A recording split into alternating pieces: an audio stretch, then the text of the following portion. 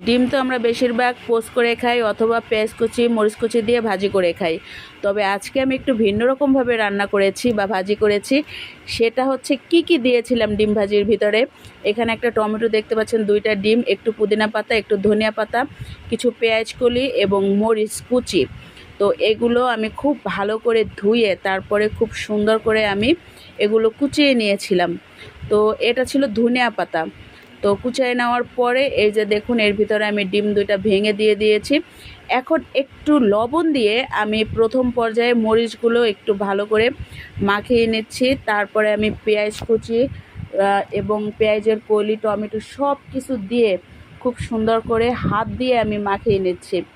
তো যেহেতু এখানে কিন্তু আর একটা ডিম দিলেও ভালো হতো, তো আমি সবগুলো একসাথে খুব সুন্দর করে মাখিয়ে নিচ্ছি।